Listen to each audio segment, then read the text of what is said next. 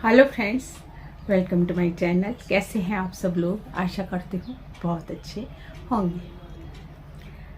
तो पिछली वीडियो में मैंने कहा था आपसे कि 60 के बाद और पति के जाने के बाद भी जीवन है, हमें अपने बच्चों के लिए जीना है और हमारी ज़रूरत है हमारे बच्चों को भी, और हमारी कई जिम्मेदारियाँ बाकी रह जाती हैं।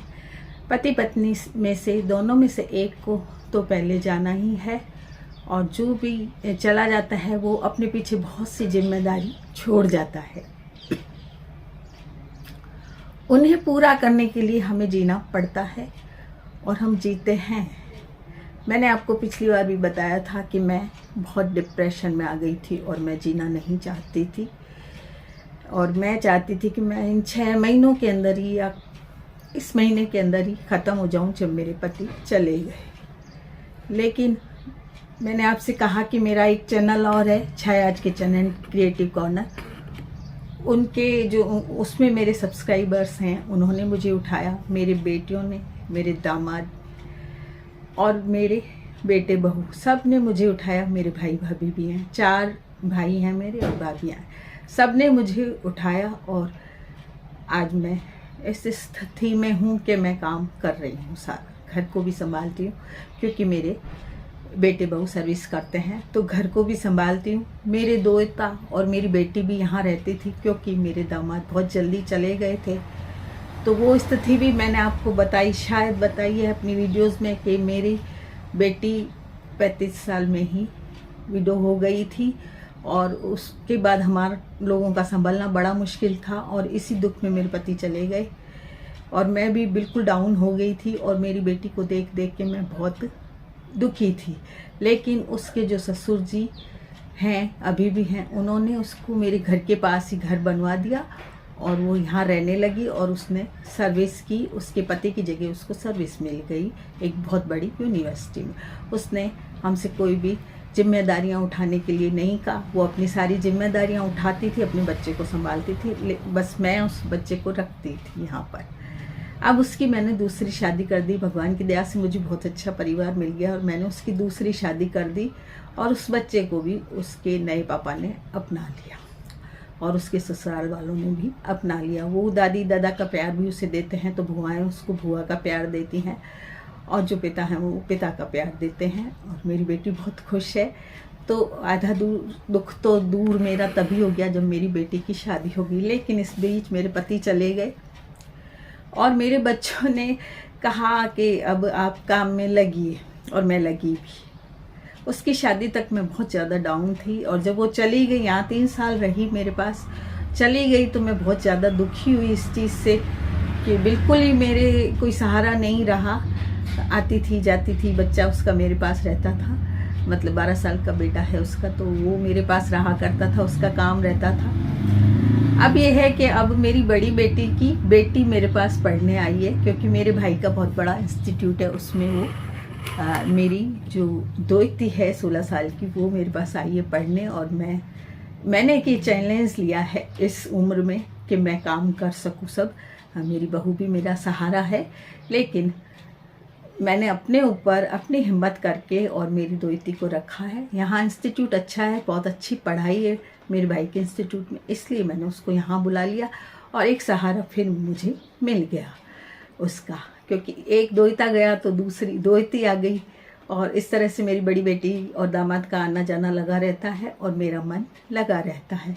तो मैं आपको ये कहूँगी कि जो मेरी जैसी बहनें हैं वो कोई ना कोई जिम्मेदारी लें, या अपने पास किसी भी दोता दोती कोई भी है, पोता पोती जो भी, उसको रखें तो आपका जीवन बहुत मतलब क्या बोलते हैं, बिजी जीवन हो जाएगा उनको काम करने में, और उनसे आप कुछ सीखेंगी। मैं बहुत कुछ सीखती हूँ। मेरे जो ये छोटे बच्चे हैं दोता दोती, वो बहुत कुछ मुझे मोबाइल में भी सिखाते हैं और बहुत मोटिवेट करते हैं। इतने छोटे बच्चे मुझे मोटिवेट करते हैं, कई बार मैं बिल्कुल डिप्रेशन में आ जाती हूँ, वीडियो कुछ नहीं बनाती हूँ। मैं इंस्टा में भी हूँ, तो वहाँ पे भी मेरे फॉलोअर्स हैं, कुछ अच्छे फॉलोअर्स हैं जो मुझे उठाते हैं काफ़ी मेरे गमों से। तो क्या है कि मेरे जो बच्चे हैं वो मुझे बंद नहीं करने देते कुछ भी, तो किसी न किसी काम में मुझे लगा रहना पड़ता है। बिल्कुल भी नहीं बंद करने देते। मेरा दोहता है दोहते, नहीं नानी आप अपने चैनल को बंद नहीं करोगी। मेरे 2 चैनल हैं, एक ये चैनल है और एक दूसरा चैनल है। दोनों चैनल में काम करो नानी, और इंस्टा में भी काम करो, फेसबुक में भी मैं अपनी वीडियोस डालती हूँ। तो मेरे बच्चों ने, जो सारे ही बच्चे हैं, मेरा परिवार है, उन्होंने मुझे उठाया। मैं अकेली नहीं हूँ, सब हैं मेरे। हाउस हेल्प पर भी है मेरे लगी हुई, लेकिन छोटे मोटे काम करती रहती हूँ किचन में, तो इससे मेरा मन लगा रहता है। वही काम आपको मैंने दिखाए। थोड़े कमेंट में फिर बोल रही हूँ कि आया था कि आपके कोई नहीं है क्या? मेरे सब हैं, लेकिन सब सर्विस वाले हैं, सब घर से चले जाते हैं। तो मैं अपने मन को लगाने के लिए काम करती हूँ। तो अपने मन को लगाने के लिए अपनी इच्छा का काम करिए। और एक मैं ये कहूँगी कि मेरे बच्चों ने बोला कि अपने लुक को भी सुधारो, बिल्कुल भी इस लुक को ढंग से रखो मम्मी। वो तो जो मैं ये लुक रखती हूँ उसको भी कहती हैं इसे बदलो, बिल्कुल इस लुक को मत रखो, अपने बाल वाल कटाओ और मतलब सूट वूट सब पहनो। तो सूट तो मैं पहनने लगी बेटियों के कहने से, लेकिन हाँ बाल वाल मुझे कटाने में अच्छा नहीं लगता, शर्म आती है मुझे। ना कभी मास्टर जी ने भी नहीं कटाने दिए, मेरे हस्बैंड मास्टर जी थे, तो उन्होंने कभी मुझे सूट वूट नहीं पहनने दिया। मैंने पहले भी बताया था, लेकिन सूट फिर मैं उनके सामने पहनने लगी जब बीमार हुई। तो बच्चों ने मुझे सूट पहनाया, मेरे बालों को रंगा। अभी मेरी बेटी मेरे बालों को मेहंदी लगा कर गई है।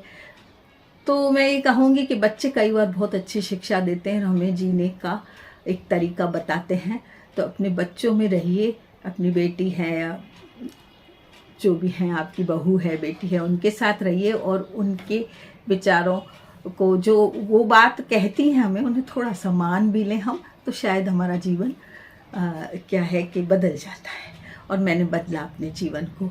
मैंने खुद ने भी जो बाल वाल बिल्कुल सफ़ेद से हो गए थे, मैंने छोड़ दिए थे कलर वलर करने, क्योंकि मास्टर जी और मैं साथ में मेहंदी लगाया करते थे बालों की। मास्टर जी के बाल कम होते हैं, आदमियों कम थे, तो उनके कम थे बाल, तो जो मेहंदी मेरी बचती थी वो खुद लगा लिया करते थे।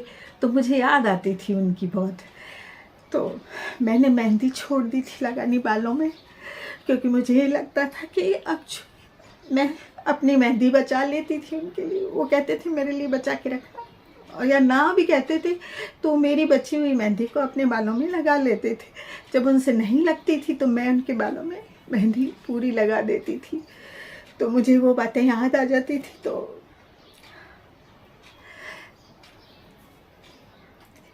मैं उनके बालों में मेहंदी लगाती थी, तो मुझे वो याद आ जाती थी बात, इसलिए मैंने मेहंदी लगानी छोड़ दी थी अपने बालों में।